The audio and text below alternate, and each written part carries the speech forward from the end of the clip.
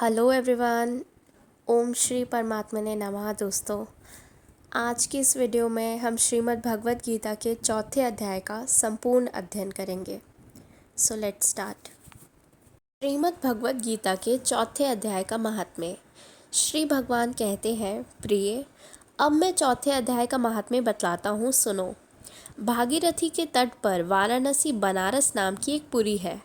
वहाँ विश्वनाथ जी के मंदिर में भरत नाम के एक योगनिष्ठ महात्मा रहते थे, जो प्रतिदिन आत्मचिंतन में तत्पर हो आदरपूर्वक गीता के चतुर्थ अध्याय का पाठ किया करते थे। उसके अभ्यास से उनका अंतःकरण निर्मल हो गया था। वे शीत उष्ण आदि द्वंद्वों से कभी व्यथित नहीं होते थे। एक समय की बात है, वह तपोधन नगर की सीमा में स्थित देवताओं का दर्शन करने की इच्छा से भ्रमण करते हुए नगर से बाहर निकल गए। वहाँ बेर के 2 वृक्ष थे। उन्हीं की जड़ में वे विश्राम करने लगे। एक वृक्ष की जड़ में उन्होंने अपना मस्तक रखा था और दूसरे वृक्ष के मूल में उनका एक पैर टिका हुआ था। थोड़ी देर बाद जब वह तपस्वी चले गए, तब बेर के दोनों वृक्ष 5 ही 6 दिनों के भीतर सूख गए। उनमें पत्ते और डालियां भी नहीं रह गई थी। तत्पश्चात वह दोनों वृक्ष कहीं ब्राह्मणों के पवित्र गृह में 2 कन्याओं के रूप में उत्पन्न हुए। वह दोनों कन्याएं जब बढ़कर 7 वर्ष की हो गई, तब एक दिन उन्होंने दूर देशों से घूमकर आते हुए भरत मुनि को देखा। उन्हें देखते ही वह दोनों उनके चरणों में पड़ गई और मीठी वाणी में बोली, मुने, आपकी ही कृपा से हम दोनों का उद्धार हुआ है। हमने बेर की योनि त्याग कर मानव शरीर प्राप्त किया है। उनके इस प्रकार कहने पर मुनि को बड़ा विस्मय हुआ। उन्होंने पूछा, पुत्रियों, मैंने कब और किस साधन से तुम्हें मुक्त किया था? साथ ही यह भी बताओ कि तुम्हारे बेर के वृक्ष होने में क्या कारण था, क्योंकि इस विषय में मुझे कुछ भी ज्ञात नहीं है। तब वह कन्याएं पहले उन्हें अपने बेर हो जाने का कारण बतलाती हुई बोली, मुने, गोदावरी नदी के तट पर छिन्नपाप नाम का एक उत्तम तीर्थ है, जो मनुष्यों को पुण्य प्रदान करने वाला है। वह पावनता की चरम सीमा पर पहुंचा हुआ है। उस तीर्थ में सत्यतपा नामक एक तपस्वी बड़ी कठोर तपस्या कर रहे थे। वे ग्रीष्म ऋतु में प्रज्वलित अग्नियों के बीच में बैठते थे। वर्षा काल में जल की धाराओं से उनके मस्तक के बाल सदा भीगे ही रहते थे तथा जाड़े के समय में जल में निवास करने के कारण उनके शरीर में हमेशा रोंगटे खड़े रहते थे। वह बाहर भीतर से सदा शुद्ध रहते, समय पर तपस्या करते तथा मन और इंद्रियों को संयम में रखते हुए परम शांति प्राप्त करके आत्मा में ही रमण करते थे। वह अपनी विद्वता द्वारा जैसा व्याख्यान करते थे, उसे सुनने के लिए साक्षात ब्रह्मा जी भी प्रतिदिन उनके पास उपस्थित होते और प्रश्न करते थे। ब्रह्मा जी के साथ उनका संकोच नहीं रह गया था, अतः उनके आने पर भी वह सदा तपस्या में मग्न रहते थे। परमात्मा के ध्यान में निरंतर संलग्न रहने के कारण उनकी तपस्या सदा बढ़ती रहती थी। सत्य तपा को जीवन मुक्त के समान मानकर इंद्र को अपनी समृद्धिशाली पद के संबंध में कुछ भय हुआ। तब उन्होंने उनकी तपस्या में सैकड़ों विघ्न डालने आरंभ किए।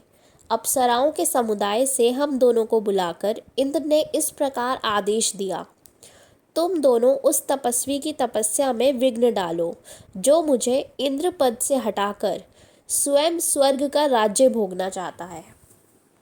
इंद्र का यह आदेश पाकर हम दोनों उनके सामने से चलकर गोदावरी के तीर पर, जहाँ वह मुनि तपस्या कर रहे थे, आई। वहाँ मंद एवं गंभीर स्वर से बजते हुए मृदंग तथा मधुर वेणुनाद के साथ में हम दोनों ने अन्य अप्सराओं सहित मधुर स्वर में गाना आरंभ किया। इतना ही नहीं, उन योगी महात्मा को वश में करने के लिए हम लोग स्वर, ताल और लय के साथ नृत्य भी करने लगी। बीच बीच में ज़रा ज़रा सा आंचल खिसकने पर हम दोनों की उन्मत्त गति काम भाव का उद्दीपन करने वाली थी, किंतु उसने उन निर्विकार चित्त वाले महात्मा के मन में क्रोध का संचार कर दिया तब उन्होंने हाथ से जल छोड़कर हमें क्रोधपूर्वक श्राप दिया, अरे तुम दोनों गंगा जी के तट पर बेर के वृक्ष हो जाओ।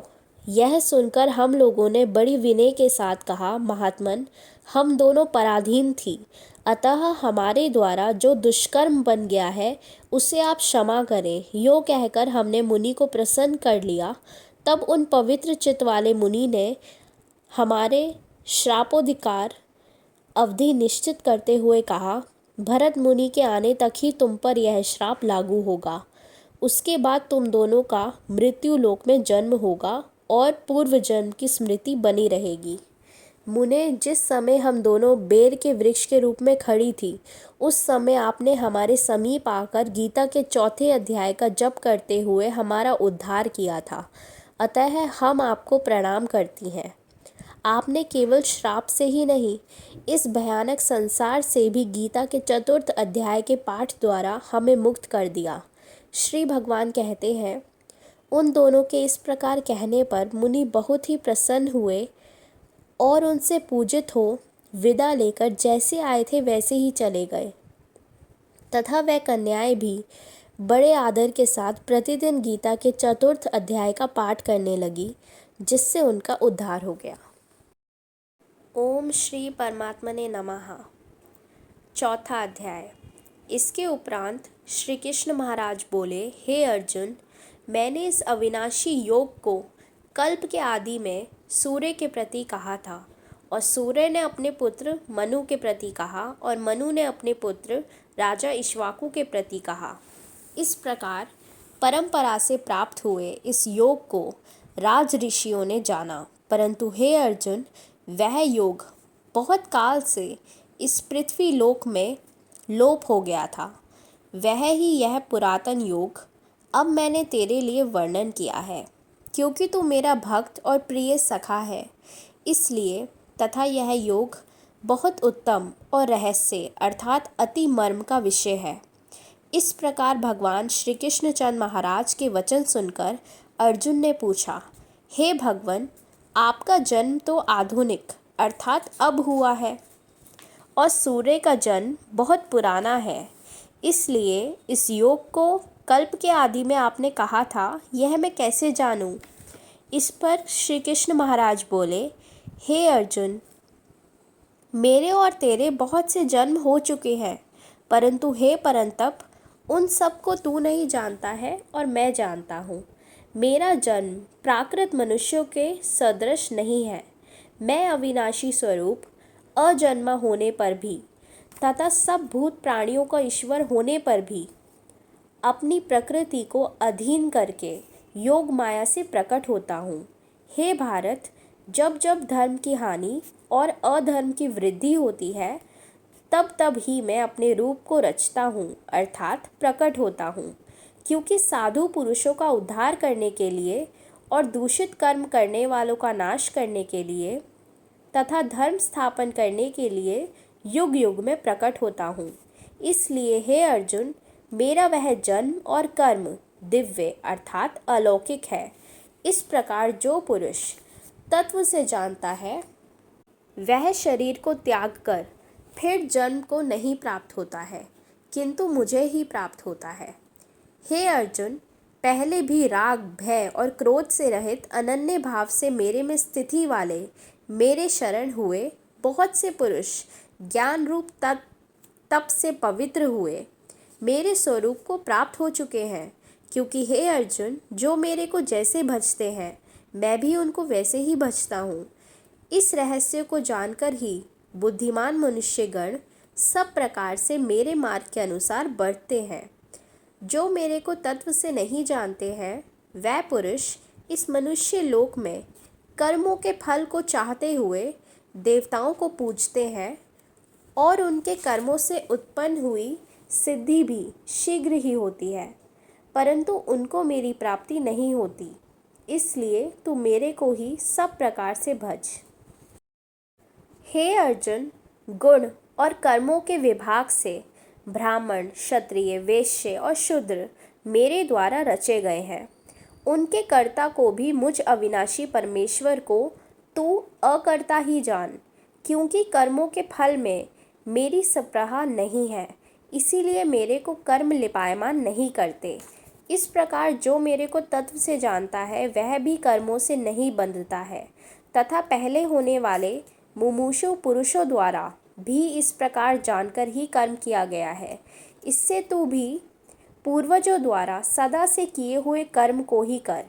परंतु कर्म क्या है और अकर्म क्या है, ऐसे इस विषय में बुद्धिमान पुरुष भी मोहित होते हैं।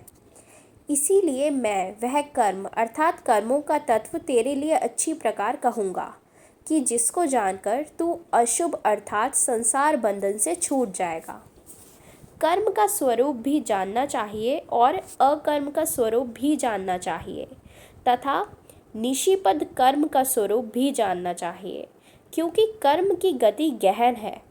जो पुरुष कर्म में अर्थात अहंकार रहित की हुई संपूर्ण चेष्टाओं में अकर्म अर्थात वास्तव में उनका ना होनापन देखे, और जो पुरुष अकर्म में अर्थात अज्ञानी पुरुष द्वारा किए हुए संपूर्ण क्रियाओं के त्याग में भी कर्म को अर्थात त्याग रूप क्रिया को देखे, वह पुरुष मनुष्यों में बुद्धिमान है और वह योगी संपूर्ण कर्मों का करने वाला है।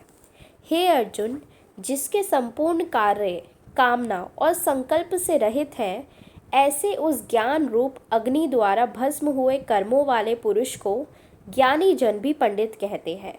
जो पुरुष सांसारिक आश्रय से रहित सदा परमानंद परमात्मा में तृप्त है, वह कर्मों के फल और संग अर्थात कर्तव्य अभिमान को त्याग कर कर्म में अच्छी प्रकार बरतता हुआ भी कुछ भी नहीं करता है। जीत लिया है अंतःकरण और शरीर जिसने, तथा त्याग दी है संपूर्ण भोगों की सामग्री जिसने, ऐसा आशा रहित पुरुष केवल शरीर संबंधी कर्म को करता हुआ भी पाप को नहीं प्राप्त होता है। अपने आप जो कुछ अप्राप्त हो उसमें ही संतुष्ट रहने वाला और हर्ष शोक आदि द्वंद्वों से अतीत हुआ, तथा मत्स्यरता अर्थात ईर्ष्या से रहित सिद्धि और असिद्धि में समत्व भाव वाला पुरुष कर्मों को करके भी नहीं बंधता है, क्योंकि आसक्ति से रहित ज्ञान में स्थित हुए चित्त वाले यज्ञ के लिए आचरण करते हुए मुक्त पुरुष के संपूर्ण कर्म नष्ट हो जाते हैं।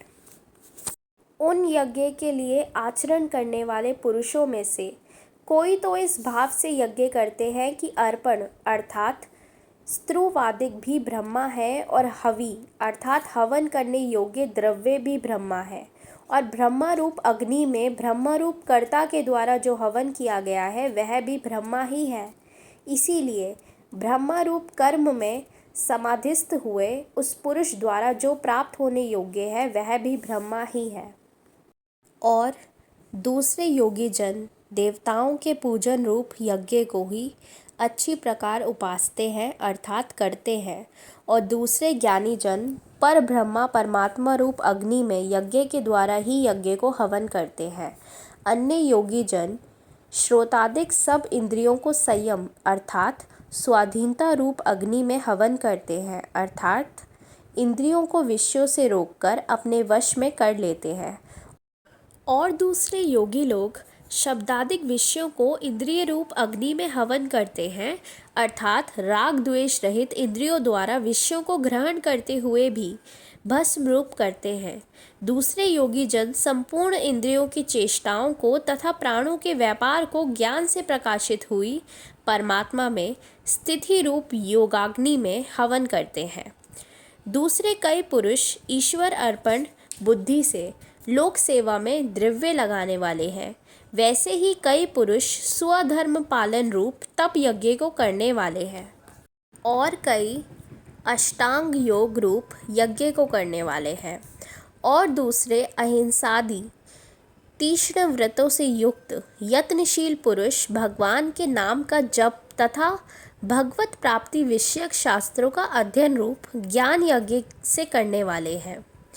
दूसरे योगी जन अपान वायु में प्राण वायु को हवन करते हैं, वैसे ही अन्य योगी जन प्राण वायु में अपान वायु को हवन करते हैं।